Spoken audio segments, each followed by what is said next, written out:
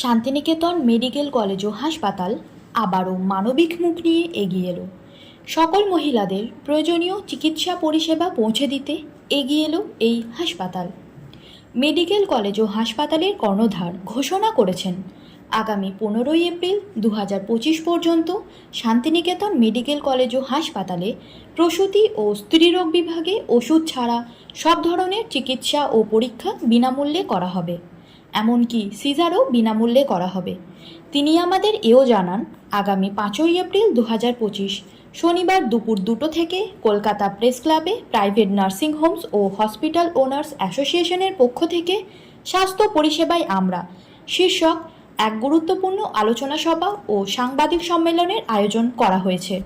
এই আলোচনার মূল উদ্দেশ্য হল পশ্চিমবঙ্গের স্বাস্থ্য পরিষেবার সার্বিক মানোন্নয়নে এই সংগঠন কিভাবে কাজ করবে সে বিষয়ে মত বিনিময় ও গঠনমূলক আলোচনা। এই আলোচনা সভায় গুরুত্বপূর্ণ ব্যক্তি ও প্রতিষ্ঠান, চিকিৎসক, সমাজের বিভিন্ন অংশের প্রতিনিধি, গণমাধ্যম কর্মী ও নীতি নির্ধারকেরা অংশ নেবেন। তিনি বলেন, নিজেদের সমন্বয় স্থাপন করে প্রাইভেট নার্সিং হোমস ও হসপিটাল ওনার্স অ্যাসোসিয়েশন আগামী 2026-এর মধ্যে এমন উন্নত পরিকাঠামো তৈরির পরিকল্পনা নিয়েছে যাতে করে চিকিৎসার জন্য কোনো ব্যক্তিকে তার জেলার বা রাজ্যের বাইরে যেতে না হয়।